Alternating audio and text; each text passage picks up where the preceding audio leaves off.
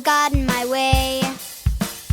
I didn't mean to get a boo-boo that way, but I got a boo-boo today.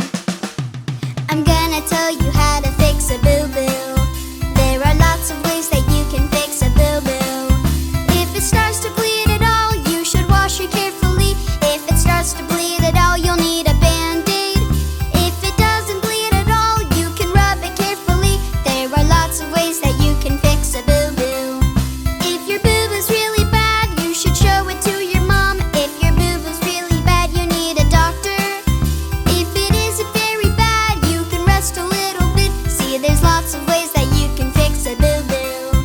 Oh, there's lots of ways that you can fix a boo-boo. If it isn't really bad, you can show it to your dad.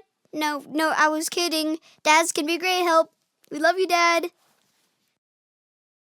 Search mysigningtime.com for great educational shows with no ads.